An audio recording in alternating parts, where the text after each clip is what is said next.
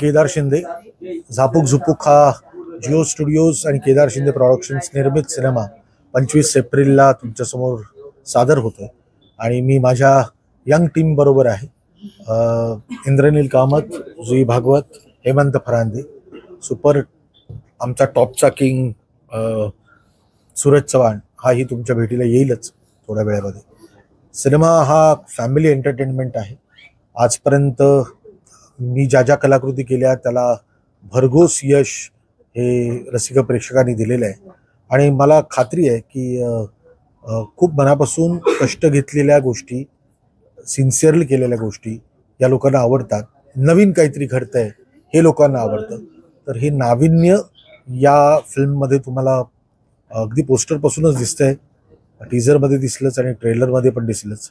अगदी आता आलेलं दुसरं गाणं आमचं त्याच्यामध्ये पण त्या गोष्टी दिसत आहेत. नाविन्य आहे म्हणूनच तुम्ही तिकीट काढून येणार आहात आणि तुमच्या तिकिटाचे रुपया वसूल होतील याची पूर्ण खात्री आम्ही सगळ्या टीमने घेतलेली आहे. इंद्रनील, जुई बोल. नमस्कार, मी जुई भागवत. नारायणी पंजाबराव मोहिते हे पात्र मी झापूक झुपूक मध्ये साकारते. नारायणी एका पॉलिटिशियनची मुलगी आहे. जसं आपण टीझर मध्ये पाहिलं की ते म्हणतात की नारायणी हा माझा माज आहे.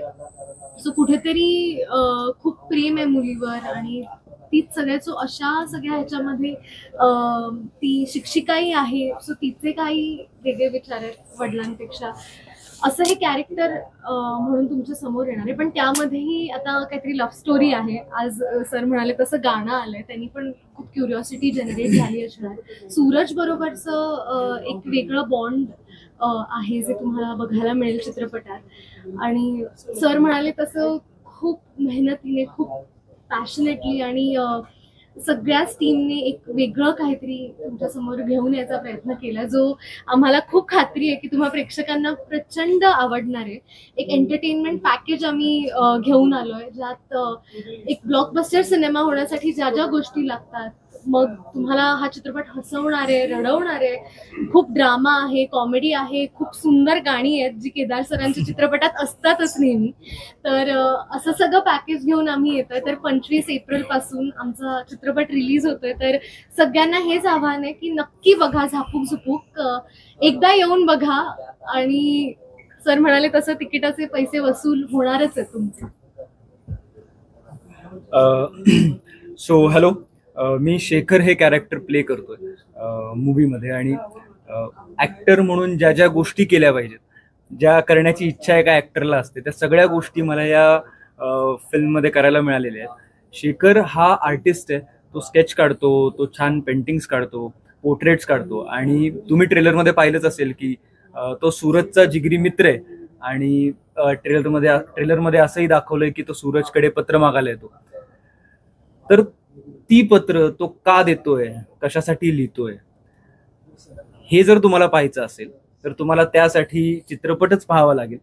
आज एक गाणं आलेलं आहे, तर त्या गाण्यामध्ये मी नारायणी सोबत का आहे किंवा मी तिच्यासोबत का नाचतोय आणि सूरज नारायणी आणि शेखर सोबत का नाचतोय, हे असे जे असंख्य प्रश्न ऑडियन्स म्हणून पडू शकतात, त्या सगळ्यांची उत्तरं तुम्हाला 25 एप्रिलला थिएटरमध्ये मिळतील. आणि ते खूप सस्पेन्स वालं सगळं आहे. सो तुम्हाला बघायला नक्की मजा येणार. सर जसं म्हणाले की तो एक फुल ऑन एंटरटेनमेंट सिनेमा आहे आणि 2 तास फक्त धमाल करायची. डायलॉग 25 एप्रिललाच बघावा लागेल. 25 एप्रिललाच बघावं लागेल. सो मी हेमंत फरांदे. मी याच्यामध्ये राजकुमार ही भूमिका प्ले करतोय. एक निगेटिव्ह कॅरेक्टर आहे. थोडक्यात जेवढा मोठा आपला हिरो असतो तेवढाच मोठा जर विलन असेल तर एक फिल्मला एक मोठं स्वरूप प्राप्त होता. आणि सो तसंच फिल्ममध्ये लिहिलं गेलेलं होतं. केदार सरांनी खूप वेगळा विलन याच्यामध्ये मांडलेला आहे आतापर्यंतच्या मराठी चित्रपटांपेक्षा. सो करायलाही तितकीच मजा आली, करायलाही तितकीच मेहनत लागली. म्हणजे जी काही 4 महिन्यांची प्रोसेस होते त्याच्यामध्ये केदार सरांनी स्पष्ट सांगितलं होतं की मला या गोष्टी हव्या आहेत, याच्यासाठी काय काय काय काय करावं लागेल. सो त्या सगळ्या गोष्टी करताना एकतर माझा स्वभाव तो नाहीये जो चित्रपटात दाखवलेला आहे. तो त्रास झाला नक्कीच, पण त्याच्या पाठोपाठ तो करण्याचा आनंद हा होता की हे प्रचंड वेगळं कॅरेक्टर आहे. सो ते प्ले केलेलं आहे, एक खणखणीत विलन प्ले करण्याचा प्रयत्न केलेला आहे आणि ते तुम्हाला तेवढंच खणखणीत आवडेल सुद्धा असं मला वाटतं 25 तारखेला. आणि याच्यामध्ये मी सूरजला बोललो ही गोष्टच वेगळी आहे, पण मी इतका मारलाय त्याला, पळेपर्यंत मारलाय, रक्त आलंय, जे तुम्हाला ट्रेलरमध्ये दिसलं असेल ते मीच मारलेलं आहे त्याला. सो हे सगळं जो ड्रामा आहे राजकुमार भोवतीचा आणि सगळ्याच कॅरेक्टर्स भोवतीचा, हा तुम्हाला 25 एप्रिलला बघायला मिळेल. जसं सर म्हणले तसंच आहे, 1 रुपया तुमचा वाया जाणार नाही, फुल एंटरटेनमेंट आहे. केदारजी, नेहमी तुमच्या चित्रपटांचं नाव वेगळंच असतं, या चित्रपटाचं पण नाव वेगळं आहे, काय नेमकं? मी एक गोष्ट माझ्याकडे होती, मला ना त्याचं माध्यम, माझं डिव्हाइस सापडत नव्हतं आणि ते डिव्हाइस बिग बॉसच्या त्या अख्ख्या जर्नीमध्ये सापडले, कारण तेव्हा मी कलर्स मराठीचं प्रोग्रामिंग हेड होतो आणि बिग बॉस माझ्या हाताखालीच सुरू होतं. सूरज सारखा एक अवलिया व्यक्तिमत्व मला त्या बिग बॉसच्या दरम्यान दिसलं आणि एक 3-4 आठवड्यातच मला जाणवायला लागलं की या मुलाबरोबर मी तो सिनेमा करायला पाहिजे.